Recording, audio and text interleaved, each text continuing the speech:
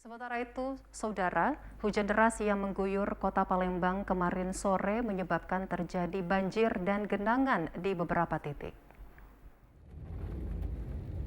Hujan deras yang terjadi kemarin sore di kota Palembang menyebabkan beberapa titik terjadi banjir dan genangan. Dari pantauan tim liputan TVRI, di beberapa ruas jalan protokol seperti di Jalan Angkatan 45, Simpang Polda, Kapten Arifai dan sejumlah titik lainnya genangan dan banjir terjadi sehingga membuat para pengendara harus lebih berhati-hati dalam berlalu lintas. Hal ini juga membuat kondisi lalu lintas sedikit mengalami kemacetan karena para pengguna jalan juga lebih memilih jalur alternatif untuk menghindari banjir. Saat ini Sumatera Selatan termasuk kota Palembang memang telah memasuki musim penghujan yang akan berlangsung pada puncaknya hingga bulan Oktober menuju November. Selain hujan deras, bencana yang harus diwaspadai yakni puting beliung. Tim Liputan TVRI Sumsel melaporkan.